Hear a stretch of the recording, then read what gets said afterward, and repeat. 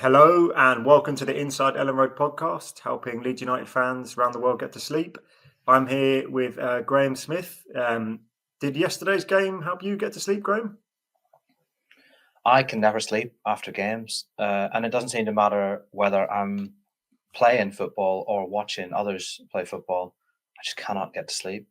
I slept fine once I got to sleep. The thing is, though, we can joke, a 0-0 bore draw, but it wasn't that. I was so engaged in that game. And I think for Leeds fans, a point and a clean sheet at Anfield meant so much that I think Leeds fans would have been on the edge of their seats the whole time. So for a neutral, it was probably not a classic. Who cares? Neutrals can watch Netflix and finish off Stranger Things of a Thursday night. That game was all about Leeds United and Leeds fans, and I found it pretty gripping, to be honest. Yeah, and as I said kind of before we recorded, my little brother's kind of not hugely into football. I took him to the Leeds Sunderland game. We won 2-1. He thought that was amazing. And I thought, right, I'll show him Leeds away at Anfield and this will hopefully seal the deal. And he is a neutral, and I think he did find it boring. And he did finish Stranger Things. So you were kind of bang on the money there. But yeah, I was definitely the second half. As it got closer to, the end of the game, I was definitely really gripped. And you started to believe we could maybe nick something. Those last 15, 20 minutes, they were getting a bit jittery. And we had a couple of moments where you just felt if we just maybe executed that final pass slightly better, or, a couple of bits we kind of felt, I really wanted Okafor to maybe get on the ball a bit more at the end and have a run at them. And it didn't quite happen. No, look, it's a great point. Clean sheet. And look, when we saw the team sheet, what did you think when that team sheet came out? I thought, bloody hell, Daniel, you are taking a risk here, sunshine.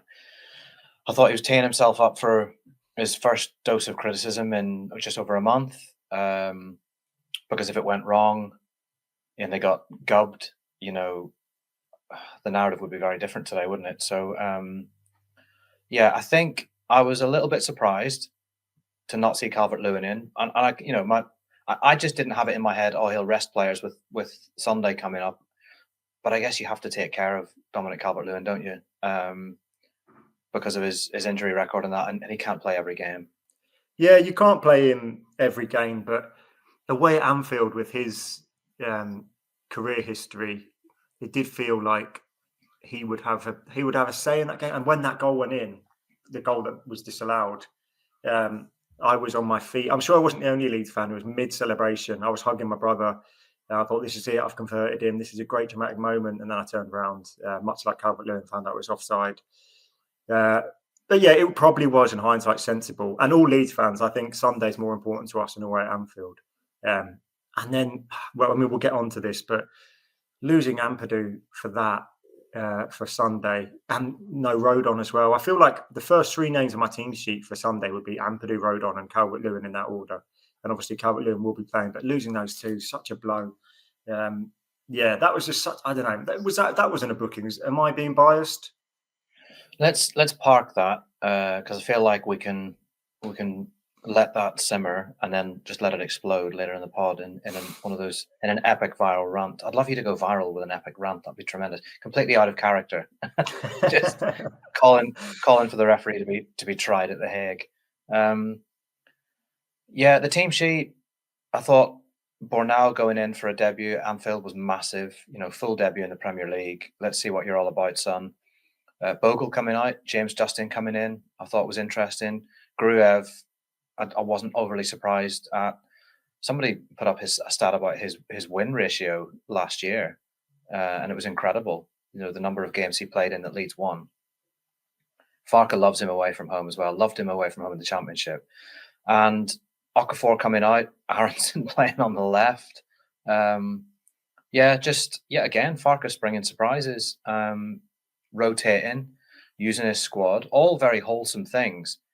But if it doesn't work, you leave yourself open to criticism, don't you? And it is very, very bold to go to Anfield and, amid fans saying, oh, he's throwing this game and he's focusing on Sunday, which is a massive risk. And the kind of the doom and gloom that resides deep within the pit of probably every football fan's stomachs is saying, well, if we don't get anything out of either of these games and it hasn't worked and the momentum stalls, And then, it's a very different world. But credit to Farke, because I thought tactically they were superb against Liverpool. I thought the way they blended sensing the moment to go and to press and to try and nick it, and sensing when actually, no, we need to stay. You need to stay. And I thought the players managed that brilliantly. Farke was giving Gruev quite a bit of tactical instruction from the side. He had a chat with Ampadu as well at one point, but I thought the players led it. I thought I couldn't quite work out who the trigger was or what the trigger was, but there were certain moments where they went, and Ampadu would jump up and Gruev would jump up, and they would all kind of go. And Liverpool didn't like that, and they didn't like the unpredictability of it, not knowing whether they were going to have time on the ball or not. For their part, I thought they were pretty poor. I don't think they put Leeds under a lot of pressure when Leeds had the ball. So Leeds were able to play out of pressure at times. They were able to go long a lot, although Mecha didn't really do the best job of holding it up. But as a defensive performance, I mean, I don't know what you think, but whilst you and I would both be proponents of the kind of football that brought the goal at Sunderland, like that's our ideal. That's what we want to see a team play all of the time, if possible. But when you throw in a performance like this, it's like, I don't know, a bit of shade, a bit of dark, something a bit different. Like when Bielsa did it at the Etihad with 10 men, went completely against what we'd seen of him previously. There's a lot of satisfaction to be taken from that when it works out, because it shows that a team can do more than one thing. And it feels like this Leeds team has got 2 or 3 things that they can do now. Yeah, I enjoyed it. It's like you say, it's not the football you want to support always, but there's something to be said for a bit of variety, and like cheering on a kind of gutsy defensive performance away at Anfield. I can get behind that. And the names you mentioned there, I actually thought my standouts were Bornau, Justin and Gruev. So not only did they kind of slot in, I thought they were the best 3 on the pitch on my kind of eye test watching at home. Justin maybe in particular, but Gruev does a lot of those things that you might not fully notice, but he constantly kind of reads the game quite well and just breaks up the attack at the right moment. And sometimes you might want a little bit more from him on the ball. But he had that good moment right towards the end where he kind of cuts it back into a dangerous area. So he does offer you something going forward. But I thought those 3 really were brilliant. And I know it's a cliche managers say, but it's true, right? Farke, he said he trusts his squad, and that team selection shows it. And he was right to, because even I, Graham, was nervous when I saw the team sheet. I did see the team sheet and I did think, a 3-1 prediction's probably off. That's probably gone. So yeah, some of the predictions will be false. But yeah, it was another vindication of the recruitment team as well, right? Because we hadn't really seen Bornau. We saw him at Sheffield Wednesday Kids. We saw him for a couple of like cameos post 90 minute, I think. And he was probably the only signing yet we haven't seen, I think. But all of them, they talk about signings. You want to kind of, I don't know, like a 50% ratio, good signings, maybe slightly more. But they all seem quite solid so far. And that was a really good performance for him. I really liked it. I don't know if there's any update on whether he was just kind of a bit tired at the end or whether he has got an injury. But he was fantastic. Yeah, Farke was hoping it was cramp for him and Gruev. I saw Gruev motioning to the bench and it seemed to be suggesting his quad, and he had been down a couple of minutes earlier. But I think Farke was hoping it would cramp for both of those, and that they'll just pack them in ice and hope that they'll be ready for Sunday. But Bornau was very solid, very good in the air. He looked calm on the ball too. He did not look out of place. There was no sign of Anfield jitters or debut jitters or anything like that. But for me, I think Gruev shaded him. I've seen quite a few people criticising Gruev for his performance and saying he wasn't good enough. Gruev was more than good enough against Liverpool. The amount of times he nipped in, he affected a tackle, he broke up, or he was just there in front of them so they couldn't play centrally. And then when he got on the ball, I thought he was pretty tidy. There was a nice moment where he fed Aronson and Leeds could have been away on the counter. Then that lovely little moment. I mean, how he's managed to get in that far up the pitch and into the box, having covered the distance he did, to like drop the shoulder, go past the challenge and fire the ball into the 6-yard box. It would have been so good if Leeds had scored, and stack of those 2 chances laid on. But yeah. But I think, like I said, when I made my correct prediction that they would draw the game, I felt like there was something there for them. And Justin, for me, was the star man. He was absolutely central to that performance. He made 2 unbelievably perfectly timed challenges to prevent goals, or at least shots that could have ended in goals. He was solid in the air. He was solid on the ground. 1v1 defending was good on the ball, then came inside to play centre back and did not look out of place at all. That's by far the best we've seen of him. And I would never say that one performance justifies a £10 million outlay, but the recruitment team were questioned on why they went for a backup fullback for 10 million and didn't put that money elsewhere. I think in this period, which I think could be absolutely pivotal to Leeds staying up, this period of the season, if he comes good and puts in more performances like that, then every penny of that will have been well spent and well targeted. And you're right in what you say about the recruitment. Now, I think the jury's still out. We need to see more of him, but a great first start. Justin, very, very good last night. Long may that continue. Beal continues to look solid. He had his wrestling match with Ekitike. Ekitike probably should go down, and VAR probably doesn't change the referee's mind if he gives a penalty. But other than that, I thought he was really solid, and I really like the impact that he's had on Stroik's game. I think that he's taken away some of the defensive pressure from Stroik, and is allowing Stroik to play a more natural game. And Okafor, I think we could still do with a bit more from him end product wise in terms of the selection of cross or pass, but he did pick out Stack, didn't he, for those late shots. Calvert-Lewin, we can't talk enough about him. Even when he came on last night for 20 minutes, he changed it because he got up and he hung up in the air and he put Konate off, and instantly Leeds had a long throw and then a corner. He was always alert and on the move and looking for something. And I think the moment of the game that frustrated me the most was when Tanaka gets the ball. Calvert-Lewin has positioned himself on halfway on the right. Okafor is on the left, completely free. And for me, it was a pass into Calvert-Lewin's feet and he just pings it across and Okafor's in behind. But Tanaka, for some reason, just kind of, he got the head staggers, lost himself and sent it long. But the fact that we're talking about little moments where Leeds could have nicked a win at Anfield, having already drawn with Liverpool at home, having been 2-0 down, having been 3-2 down, it's pretty remarkable. And it shows how far Leeds have come in a relatively short space of time. Yeah, and they had won 4 in a row. I know they've been wobbly this year, but they had turned a bit of a corner. I found I looked at these stats after, and I think they said they had 1.96 XG for Liverpool. And I was thinking, how on earth it must be that Ekitike chance might be the majority of that, where it's kind of an amazing defensive header. But I didn't feel like they had many chances where they cut us open a lot. And like you said, we seem to be happy to let them go out wide and kind of just park a lot of players in the centre, because Stroik, Beal, Bornau, and Justin, they're more than happy to try and block shots and put it out for corners, and seem to be okay with them having the ball out wide and us kind of like being central. But it didn't feel like a game where we were getting, where we were really lucky to get away with it. I thought like a point was actually quite a fair result. You had the Ampadu chance as well. Yeah, had the Ampadu chance when Alisson passed him the ball. You probably want that to fall to Stack, don't you? Who could really drill the ball from that distance. And Ampadu's you can see in his head, he's thought, I need to control this. I can't blaze it.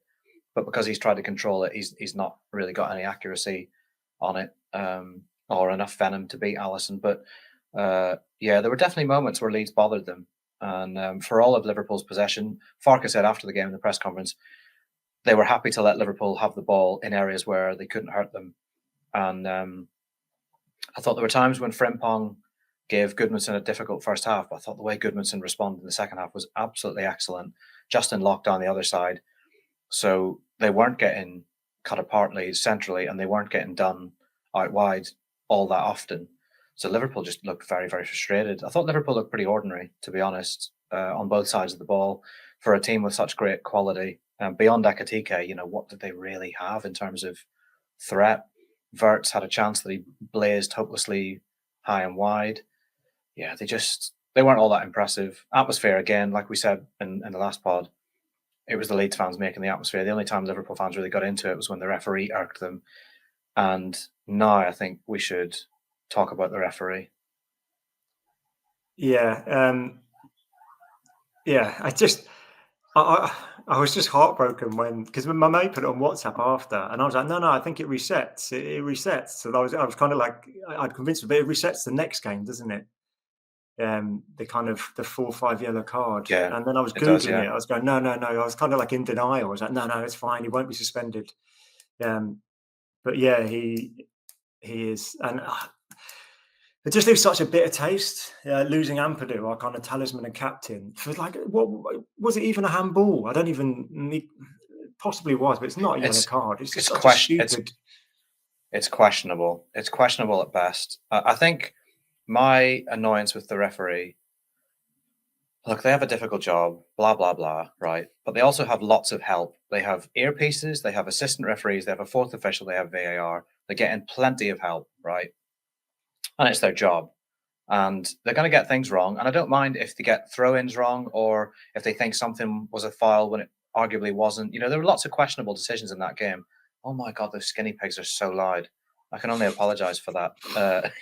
I don't know. Keep them in. I think there should be a feature of the podcast allowed. In fact, if people are kind of nodding off, I think that's quite useful for us. That's going to maybe. It sounds like I'm on a squeaky chair and wheeling it. Oh my, that is absolutely obnoxious. Maybe they're really annoyed at the point you're making.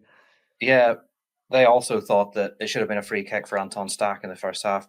How on earth? That's crazy. Yeah. How has he come to the decision? Stack gets taken out.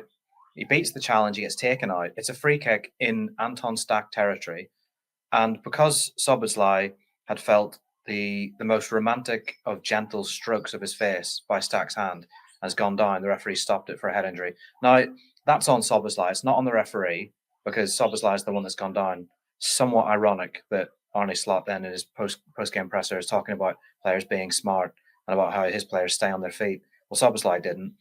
The referee stops it. I'm absolutely fine with that. It's fine to stop it. But you've allowed the challenge on Stack to take place before blowing your whistle. So the ball is in play. The game is not stopped. That's a foul. And he then hands the ball to Alisson and says, here you go. You have the ball, lads. You restart. Why is this assistant not going, actually, hang on a minute, Chris, you might have got that one a bit wrong, pal. Stack's been wiped out. I couldn't get it. You know, Farke has gone absolutely mad on the touchline. He didn't deal with Lucas Perry's time wasting at all for the entire game. You had that brilliant moment where was it Ekatike went and stood in front of Perry when he was holding the ball, wanting to throw. We thought he was getting a yellow card. Yeah. And it's like, oh my God, he's finally going to get a yellow because he's held onto the ball for what must have been 12 seconds. And then instead he gives Leeds a free kick for obstruction, but he tells, and Ampadu runs back and they did this brilliant routine, Ampadu and Perry, where Ampadu's doing a great big demonstrative, crossing over of his arms to say no more, don't time waste anymore. Almost as if, Lucas Perry's just this young Brazilian lad who's just come into English football and he doesn't understand what's going on. He just wants to play football at the highest level. This is his dream. We all know full well Perry knew exactly what was going on and his English is absolutely great. But he did a great job of not pretending to not understand what the referee was on about. So Liverpool had every right to be annoyed with that. I think both teams got free kicks that shouldn't have been free kicks. And then the Ampadu handball, from that referee's position, I think it's probably fair to think, I think he's handled that. He's got to make a judgment call on what he sees, and he thinks it's caught his arm. It's so far up his arm that we now have a right to say, well, it probably shouldn't have been a free kick. But also, it's on a pace in his arm where the referee can't really be hammered for getting it wrong, but he can be hammered for the yellow card. I just think, given a yellow for that, he can't have been absolutely certain it was handball, but there's no way he can have been certain that it was a yellow card. No way. Yeah, it just felt like such a stupid decision to give him a yellow. It wasn't even if the ball was going the other way and someone's about to be through on goal, then maybe, but the ball was being cleared out, right? Or it was going towards the Liverpool goal. Yeah, it's really going. I didn't even think it was. What is the rule now? It's always some sort of armpit, shoulder, I don't even know what it is, but it was quite high on his arm, wasn't it? And Felt like it was his partially on. sleeve. It was up on his Yeah, sleeve. So I don't know, for me, it's almost impossible now for us mere mortals to know what is a handball and what isn't a handball. And I know that makes me sound a little bit like Danny Murphy, complaining and yearning for the good old days. But whatever the definition of handball, that's never a yellow card, never. And it's so costly, to rule him out of that game. And I thought he handled it really well, Ampadu. I thought he kept his composure. nice. I like When his that. head, He handled it well. yeah, his head could have gone. His head could have gone, and it was only later in the game. I think it was in stoppage time when the referee he let a couple of challenges go on Leeds players in and around the box. Liverpool were pressing right in the final seconds, and Ampadu was screaming at Kavanagh and pointing at him and very much making a point like, you are not giving us the rub of the green here, regardless of what Arne Slot thinks. And I thought then he slightly risked a second yellow. I mean, Kavanagh would have been lucky to get off the pitch, I think, had he given Ampadu a second yellow for dissent, with his legs intact. But not an impressive Premier League refereeing performance. It's a shame, really. We don't like to talk about them. I don't want to be talking about referees. We had one. Who was it? Who was absolutely superb recently? And Chelsea, was it? The Chelsea game, he just let everything go. He was like, let the game flow, allowed the physical stuff, got it right when we did overstep the mark, or they did. Yeah, who was it? I can't remember now. But yeah, the Chelsea game. I remember thinking, God, the refs got this game really right. Yeah. Because we don't see it. Actually, I did quite enjoy Biol's yellow card for doing the 10 paces for that free kick. I enjoyed that. Was that a yellow? I don't know if that's a yellow card, but yeah. Anyway, can you punish a Slovenian for having a big sense of humor? I don't know. But all in all, the referee didn't decide the game by any stretch. He's just further handicapped Leeds for Sunday unnecessarily. So it felt to me like he was in a rush to get that yellow out because the cop had been screaming for a lot of things. There was a lot of pressure on him. Liverpool were putting a lot of pressure on. Slot was doing his nut for the majority of the second half. And maybe those things took a toll and he rushed it, which is a shame. And they get yellow cards can't be, there's an element of a lack of accountability when it comes to yellow cards, isn't there? Because VAR can't intervene and Leeds can't appeal it. So, when we talk about the Man United game, we can talk about how we think Farke is going to deal with that. But I like the way Leeds dealt with the final stages. I like that Farke put on those subs and they actually had a bit more agency in the game and they had a few more moments. And they were even looking to counter in the final seconds when the referee blew his whistle. So it was a mixture of bravery and pragmatism. And has Daniel Farke now answered pretty much every single question mark that was hanging over him? Yes, it'd be the top of my head answer. I guess what are the main ones that would challenge that? And adaptability would have been one, wouldn't it? Subs not making them early enough. Being stubborn with his kind of team selection. Yeah. I mean, you look back to last season, the accusations, or even the season before, accusations of favoritism, having certain players that he would just play all the time, wouldn't rotate them out, wouldn't make subs early enough. People didn't feel like he could change a game with the subs. People didn't feel like he was flexible, that he had a plan B beyond shoving loads of attackers on, that he didn't have enough pragmatism. There's been quite a lot leveled at him for a man who's, won a title and come very close to promotion the first season. But this last period, I'll say what I said about Aronson. I think some of the criticism was fair. Some of the concerns were very fair going into that trio of games against elite opposition at the start of December. But the way he's answered the criticism has been second to none. I think Leeds tactically have been great. I think he's mixed things up in a way that we never expected. Who saw Joe Rodon playing as a winger? The way he's used Aronson in 3 or 4 different roles now over the last couple of games. The way he rotated for this game, it was ballsy. Taking out the likes of Bogle when Rodon's not there as well. You're you're putting in a whole new right-hand side of the defence against Liverpool. But everything he does at the moment pays off. Substitutions, changing the game halfway through, swapping his formation halfway through. It's not even just been a 4-3-3 or a 3-5-2 either. We've seen 4-2-3-1 in certain parts. We've seen them play a different system with the ball to against the ball. There's just been a lot. There's been a lot going on. It's been very complicated. And he's doing it without Dan James, without Joe Rodon now, without Sean Longstaff, who we were talking about as being signing of the season. And they've put all this together without him.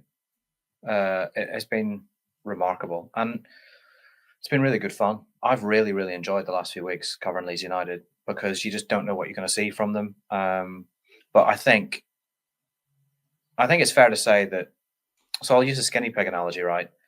Skinny pigs have a cage that has 3 levels to it. And for the first 48 hours, they existed solely on the bottom level, right? And then they discovered the ramp and they went up the ramp onto the second level, and they've decided they'd quite like to live on the second level now. I feel like Leeds have risen to a level now over the last 5 weeks that they now exist on. Like, I'm now expecting them against Manchester United to be competitive, to be physical, to be intense, and to be very, very, very competitive in a way that troubles Manchester United, in a way that makes it a proper game. I think that's a fair expectation now. Yeah, let's move on to that fixture then, because I think I speak for all Leeds fans. That is the one I look for, the home and away fixtures against Manchester United, for many reasons. Like I said on the last pod, growing up in London, in the hotbed of Manchester United support, was tough.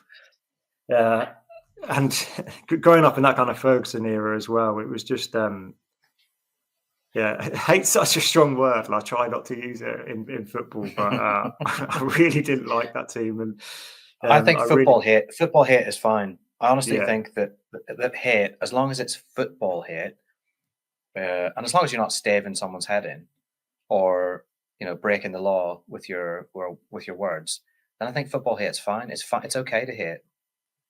Yeah, maybe I have to embrace that part of myself. And look, I've got lots of, because both sides of my family are Irish, right? So there's lots of Irish and Manchester United connections. And 2 of my best men are Manchester United fans. I had 5 best men, if you're asking. Which I got a lot of stick for, even in the speeches. Yeah. I still get stick for it. I'm indecisive, Graham. They all made a good case, and I picked all of them. But yeah, 2 of them were Manchester United fans, and we haven't beaten them since that day, Jermaine Beckford, and they have not been good in that decade. And that's the one thing of that Bielsa. I really felt like we should have beaten that Man United team at some point. And looking at the Man United team that started Wolves, I don't know who on earth, whoever's in charge of their recruitment should have a statue at Elland Road, because it's unbelievable. The amount of money they spend and the team they put out is just, it looks so average. I know they're missing a few players like Mount, Fernandez, and I think Mainu. I don't even know if he's just out of favour or injured or whatever. But that team looks so average. I looked in the highlights, and Wolves were kind of unlucky to maybe not nick it. Had some good chances. We have got a really good chance of finally beating them in this post Jermaine Beckford era, post JB, but then losing Rodon and Ampadu, it just makes me less confident, which is still very confident that we'll beat them.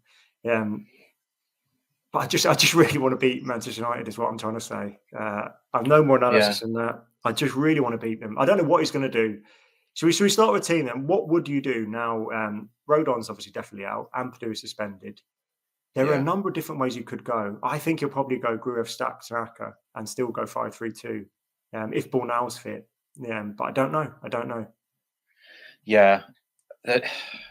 There's a lot against Leeds in this fixture, right? The fact that Manchester United have had 48 hours extra recovery after playing the Premier League's version of a beached whale in Wolves. Everyone knows it's got to go somewhere, but it's not going back into the sea, is it? So you've got to dispose of it somehow, but we've all just got to live with its carcass until such a time as the season ends. I really feel for Wolves fans. It must be so demoralising So I was really delighted for them, actually, that they got a point against Manchester United. It would have been much funnier had they got 3.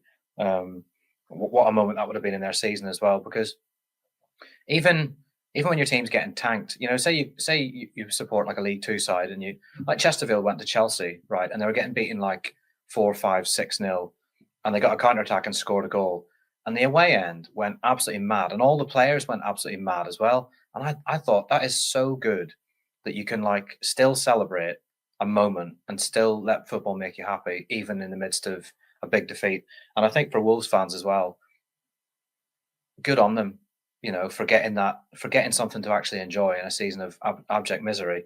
But that game was on Tuesday, so Man United have had their feet up.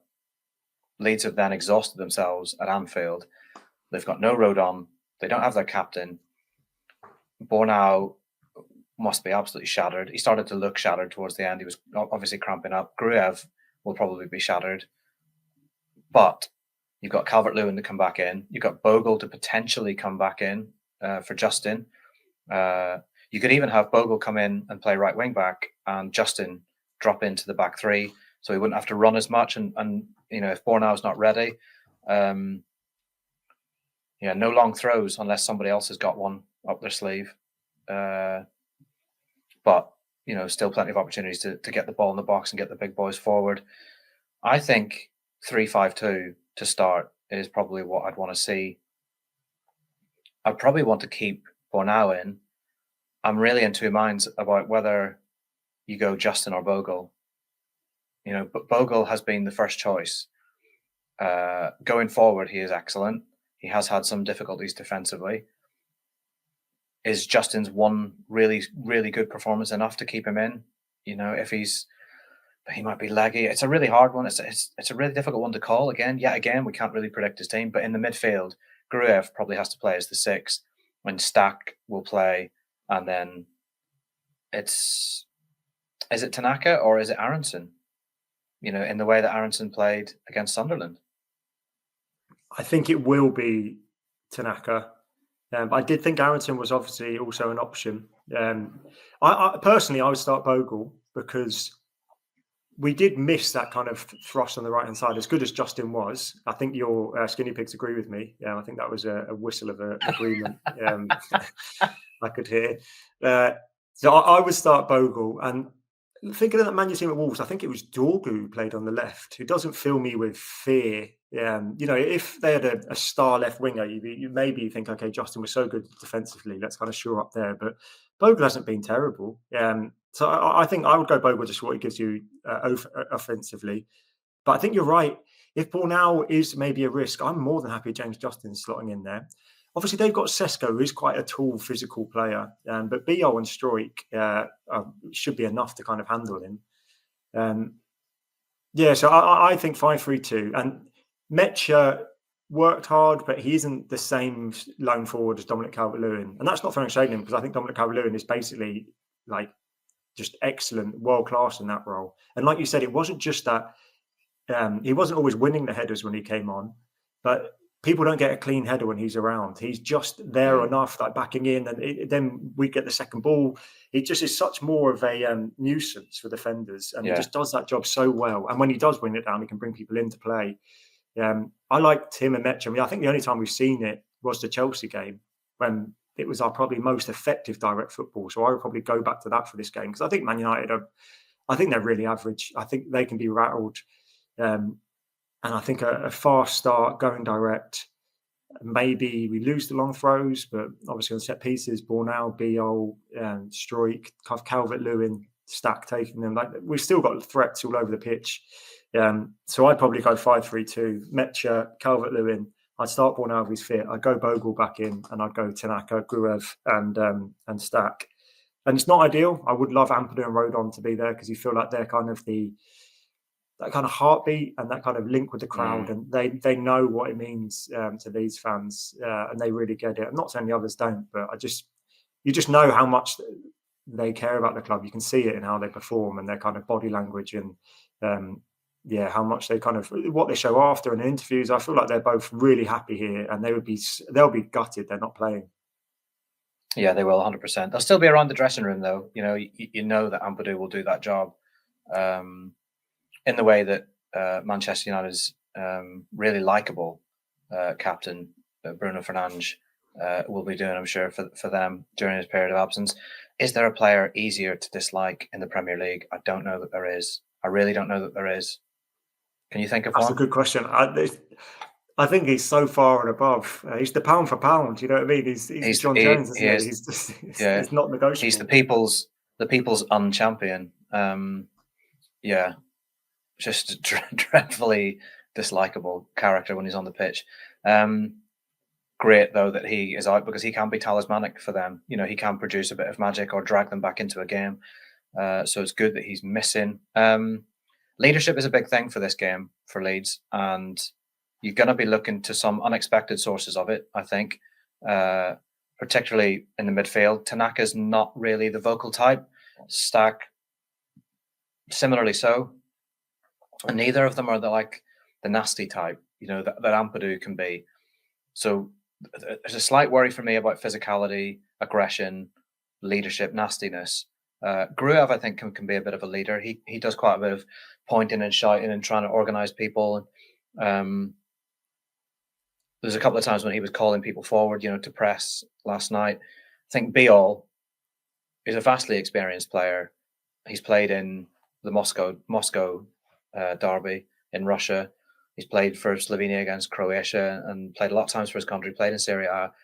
He's got to step up, I think, in a big way, leadership-wise. Pascal, there's been times when Pascal's been captain. Jesse Marsh made him captain, and I remember thinking, this is not good for his game. I felt like it gave him too much to think about when he was still kind of slowly emerging from his very introverted stage at the start of his career. I think he's a different player now. I think he's probably more capable of captaining the side now than he was back then. I think he's more vocal than he was back then. But Rodon never shuts up. Rodon is constantly whinging, absolute whinge bag on the pitch, and I love it. I love to see a player on at people all the time and letting them know with his facial expressions that pass wasn't quite spot on. So the next one is. So there's going to have to be somebody barking orders in the way that they do, and just keeping the team on the front foot. Big challenge, really, really big challenge. Because, like I said, there's a lot against Leeds in this game, but I'm feeling a little bit O'Connor about this one. I'm actually not going to predict a draw for this game, which feels like the first in a while. Wow. When you were naming the midfielders, I was thinking, who are they up against, right? I think it will be Ugarte, Casemiro, whose best days are possibly behind them, but they are quite combative. And then you've probably got Cunha, I think, will be playing in the 10 with Fernandes out. I don't know if Mount will be back. I really like Cunha when I've seen him play, particularly in that Wolves team last year. He is dangerous, particularly if there's kind of broken bits of play and transitions. That's why Ampadu would have been kind of ideal there. But I guess you could maybe say Gruev, keep an eye on him. And 3 at the back gives you a bit more kind of solidity, doesn't it? But I'm not terribly scared by that side. And I just can really see us making them wobble and really making them not want to be there. And again, Elland Road being a factor. I know it's 12:30, but I think you said it will feel like 8 p.m. I think the Leeds fans would be so up for this fixture. I think we've just got to really, really put it on them. Let's go. Shall we go for? In fact, I thought it was interesting last game. They took off Xerxes at half time and brought on an 18-year-old centre forward. Which again, my case for that statue at Elland Road for their recruitment team, I think, let's get it done. Let's get the Howard Wilkinson up, and then whoever's behind some of their transfer decisions, let's get that next. What are you going to predict then, Grant? Actually, I don't know. I'm predicting a win, but I don't know what it is. I'm still letting it come to me. What are you thinking? Well, like I said, I'm not going for a draw. I think Manchester United will win. No, I'm only joking. I was thinking if you actually did that, that would be awful. Just rage baiting. If the skinny pig noise hasn't sent heart rates racing and having people absolutely fuming, then that certainly would. No, I think Leeds can win this game. I really do. I felt last night, I was chatting to Dorigo and Newsom before the game, eating the press food, let me just stop for a second to say shame on you, Liverpool Football Club. Shame on you. All that Premier League money, all the Champions League money, massive club, and the two options you have, which I'm sure were delicious, were a beef and chorizo stew, milk in the chorizo, obviously, and a vegetarian lasagna, milk in the cheese on the lasagna. No dairy-free option. No dairy-free option in 2026, Chris, for a club that's won the Champions League in recent memory. So they wouldn't even be the vegan option then. That is... No, there was the option was chips and salad. So I had chips and salad and an apple, which, you know, maybe it was Liverpool forcing me down a path that I should be taking at the start of 2026 anyway, and getting my eating in order again. But no, bottom of the table, I think, this season for press food. Not quite Blackburn. I mean, Blackburn will always remain rooted to the bottom of the North East counties first division table for their press food. But yeah, shame on Liverpool. Very, very poor indeed. I was chatting to Durigo and Newsom, who were, you know, enjoying their fare that they could eat, and both were saying you don't expect anything at Anfield because it's really unlikely, but the players will be believing they can get something. And I think they'll go into this game believing they can win it. And why not? Because who has come to Elland Road this season and enjoyed themselves? Right? Spurs might say they did, but they were lucky to get away with a 2-1 win. Let's be honest. Leeds had big sections of that game, big chances, and could easily have drawn that. Bournemouth got a draw, and they started the bus like as soon as that equaliser went in, and they got the hell out of there and thanked their lucky stars because they should have lost that game. No one else has really enjoyed themselves. Newcastle could have lost. Calvert-Lewin chance late on. Everton lost. Chelsea came and got battered. Liverpool came and drew. Like Crystal Palace got absolutely Palace got absolutely thumped, and Palace are a very good side on the road as well. So there is nothing that makes me think Leeds cannot win this game, and I don't think there'll be anything in the players' minds that makes them think we can't win this game. We're chatting to Be-All after the game, and he was saying that the dressing room was already talking about it at Anfield. As soon as the game had finished, they were already talking about Manchester United. So as long as they don't cross the line of being too up for it and do something ridiculous, as long as they manage the emotion, then they get every chance of winning this game. Yeah, and you know what's amazing? We're saying that knowing that Rodon is out, Ampadu is out, without Dan James, Longstaff is out. I think if you'd said that 4 or 5 games in, they were probably, maybe not Dan James, he hasn't quite had a run of games and he hasn't shown his championship self yet. He's been a bit unfortunate with injuries, but Ampadu, Rodon and Longstaff, at one point you could maybe argue were 3 of our top 5, maybe 3 of our top 3 players. So to be still quite confident, obviously I'm confident / deluded most games anyway, but I think most Leeds fans, if not all, will be quite confident we can go into this game and get something, which again is a kind of vindication of the squad we've got at the moment. I know it's a small squad, and maybe we'll be discussing if we're going to add to it at the end of this podcast. But yeah, I think this is a really, really, really good opportunity to get something, and I am going to predict a 5-0. No, I'm going to predict. I think we can win it quite comfortably and ruffle the feathers. I really do. We've had a clean sheet. We're going to get another. I think we're going to win 3-0. I think we're going to win 2-0. Wow. A late absolute like cherry on top, but it'll be kind of combative, a bit like the Chelsea game, but we won't concede. Wow. I really like the idea of them putting it right on them from the start, as they did against Chelsea, and getting into them, using the atmosphere, like building the momentum. They are rolling into this fixture in a big way. Calvert-Lewin is in such great form. You know, he's talismanic for Leeds. Yeah, there's a lot to like about Leeds right now, even with all the adversity and all the things against them. I don't think it's going to be easy, like you predict. I think they'll win 2-1. But I think, I think they'll make it. I think they'll make it really physical, really difficult. It's going to take a lot out of them. You know, they're going to. They will, to win this game. They'll have to empty their tanks again, and then I don't know what you do for. It's Newcastle in midweek, isn't it? After this, so like, they will be literally limping to Newcastle because they're gonna put in so much over this 10-day period. But if you don't empty your tanks against Manchester United, then I don't think you win. So I think he'll have to use his bench. He'll have to use his subs. But I think they'll win it 2-1. Do you know who I'd love to see come on and make a cameo and possibly score? Like yesterday, I know the two subs were kind of sensible, but I really wanted to see Nonto get a run with some of that space that was opening up. And I know the kind of system we're playing isn't ideal for him, although he could, I still think, play as a second striker alongside Calvert-Lewin.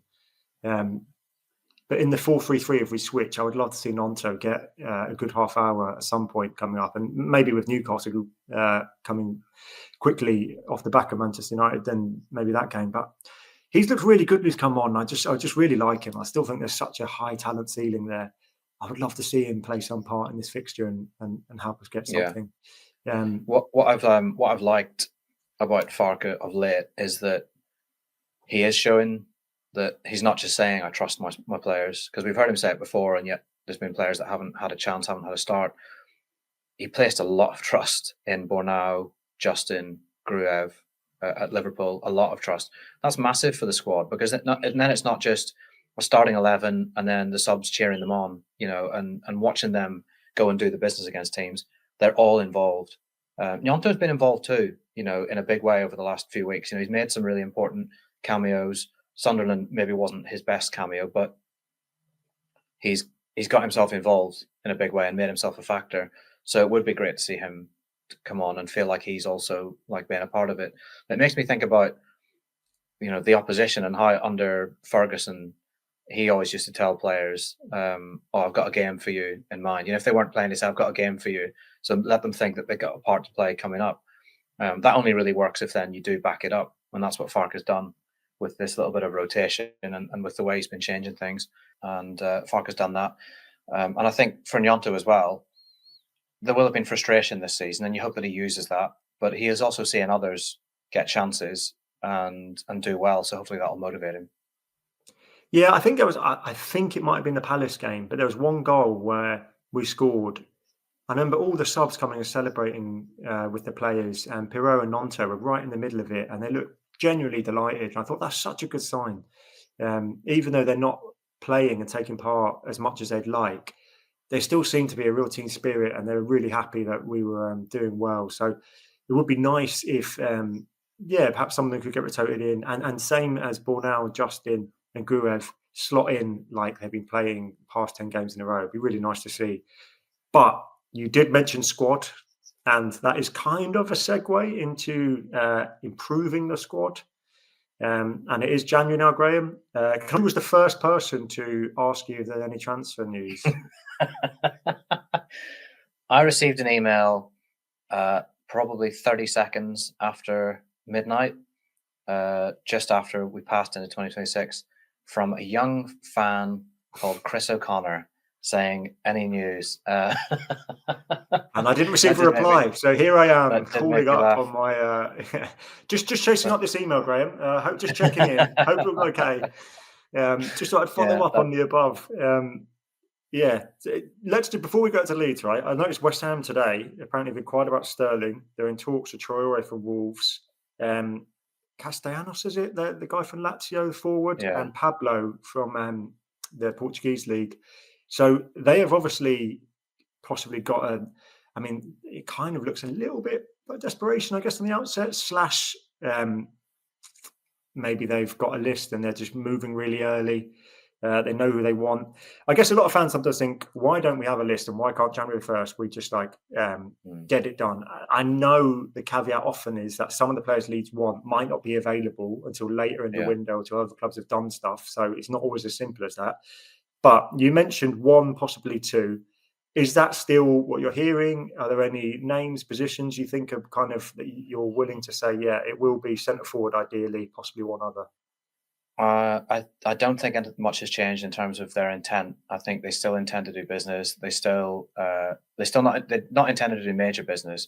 I asked Farke in the embargoed section of his press conference after Liverpool, which is to preview the Manchester United game, and I said, full of glee, I said, Daniel, it's January the 1st. We can talk about transfers now. What do you want?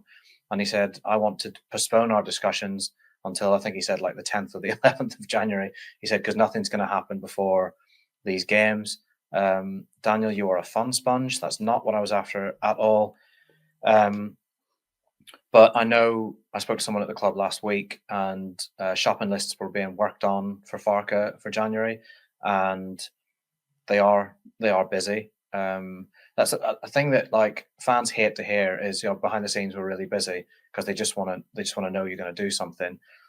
But it doesn't always play in your favor to do everything publicly and to have all the names out there. I was also told by someone last week that I think it was 99%, if not 100% of the names that had been trumpeted so far by various sources were pure speculation, or agents using Leeds' name to boost the profile of their available player, which I think we see in every window, don't we? So I wouldn't put too much stock in a lot of the rumours you've seen so far. No names to throw in, no new names to throw in yet. So it's still a watching and waiting brief, but we are a couple of days into the transfer window now. Like I said previously, I'd love it if they were quick about their business and got it done quite quickly. But the most important thing is getting the right player. And I think character is going to be absolutely massive, because this team is obviously gelled. They've obviously done really well in terms of the characters they brought in the summer, because none of the players who came in have caused any bother. Okafor's been in and out, doesn't seem to have phased him at all. Beal had to wait a very long time. His international manager was being bombarded with questions about why he wasn't playing at Leeds, and he just kept his head down, got on with it in training, waited for his chance, and then has taken his chance once it came. Or now even more so. And yet, if you watch them arriving for games, when they're walking about, checking the pitch, when you see them warming up together, when you see them after the games, regardless of result, you can see a tightness. You can see that it's a close-knit group, and they've been integrated really, really well. Goodmanson seems like a really popular character about the place. Calvert-Lewin, obviously, he's going to be relatively popular because of the goals he scores, but he looks like he's really ingratiated himself with the rest of the team. He was said to be a huge character at halftime at Man City, digging people out and saying, we can actually do something here. So character will be vital. You don't want to bring in a ball bag at this stage of the season who upsets the apple cart. You want to make sure that the player coming in is the right fit for your squad. Because as we're saying, it's not major surgery that's needed. It's just insurance and depth, because the squad is creaking a little bit under injuries and suspensions. And you can only ask for this incredible physical output for so long, without injecting fresh legs. So I definitely think they need to act. I'd like to see 2 at least come in this month. Yeah, look, I said, I think the first episode, I need my transfer hits, and you're still my preferred dealer. You're telling me products coming, and you're talking up the food chain, and there's just been a few issues, but this is the month now where I need some product. So here's the question, because this is always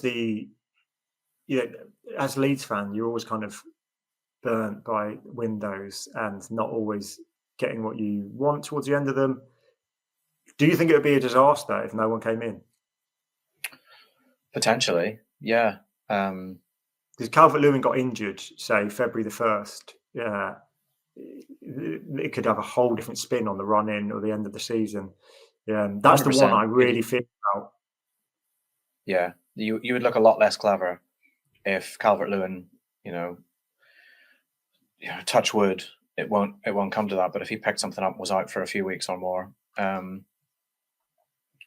think centre forward is the big one for me, because of how important he's been and because of how important it is to have a player who can disrupt defences in the air, allow you to get up the pitch, allow you to win second balls, give you a presence and a platform, a focal point, all of that. Goals are a bonus. So welcome back, Patrick Bamford. Only kidding. He's flying though. Centre forward for me. I got a bit of stick for saying I didn't think selling him, in the hindsight, has been as good a decision. Oh, sorry, paying him off and cancelling his contract, whatever it was, whatever the correct term is, letting him go. I still feel like he's got 5 in 9 right in the Championship. And in the system we're playing now, he could be a decent job, do a decent job at that. I still think that possibly hasn't been the best move. But I think you're probably right there. But I think I think also it's fair for Leeds to consider themselves to be a bit more ambitious than looking to the past. Just depends what's out there and what they can get. Centre forward, yes. Probably a centre back for me has become quite important. And if it's possible to bring in a midfielder who's got a bit of flair and passing ability and can run a lot, maybe we're asking too much. I don't know, but if you don't ask, you don't get. But then is 3 adding a bit too much into the, you want a kind of small squad with everyone? Are you risking upsetting apple cart? I don't think so, because we know that this squad is -1 at least from what he wanted in the summer, because they went for a player they didn't get right at the end of the window. So I think the squad could welcome 2 or 3 more without, I think now the dynamic is so well established in the squad that it would take an absolute cretin of a human being to disrupt it now. And I just don't think that's likely. I don't think Leeds would do that. Okay. I would probably be happy with, if we got a really good centre forward option. Would I deal now? No, I probably would want to. But yeah, look, it's I do love this season. I don't know. I'd probably be on Sky Sports transfer page maybe 50 times already, past 2 days. Just keeping an eye on it. You've got a problem. You are the modern fan that is ruining football and holding up on your shoulders this rancid obsession with transfers that drives social media. It's you. It's all you. I hold my hands up. It is a problem. I'm working on it. I've banned social media apps on my phone, so I can't get on Facebook and Twitter. I've got like a Focus Me app. Can't even get them on the browser. So that's what I go to. I just go, let's just see if Palace will sign Brennan Johnson in time for the deadline for Newcastle. That's kind of that's my kind of default. Yeah. And obviously I take my fantasy football seriously, so I'm always looking ahead, planning 5-6 moves ahead. It's like 4D chess. Yeah. Anyway, right. Please, Leeds United, please beat Manchester United, because it will make my life so much easier. And many of my Leeds fans, I own it with my Manchester United friends. I get quite provocative in the lead up, and I put it out there that we're going to beat them. I tell them that we're going to beat them. And then I think that time when McTominay turned into Zidane, I had to generally turn my phone off and just put it in another room for like 2 days because I was very, very outspoken on Facebook about what was going to happen to Solskjaer's Manchester United, and it didn't happen. But anyway, please Leeds United, please beat Manchester United. I can't stress that enough. And yeah, we will speak possibly next week. Oh, absolutely. And just another quick one, a reminder for that 22nd minute, wasn't it, Graham, for a round of applause? Yeah, that'd be brilliant if we can make that happen. Okay, we'll speak next week.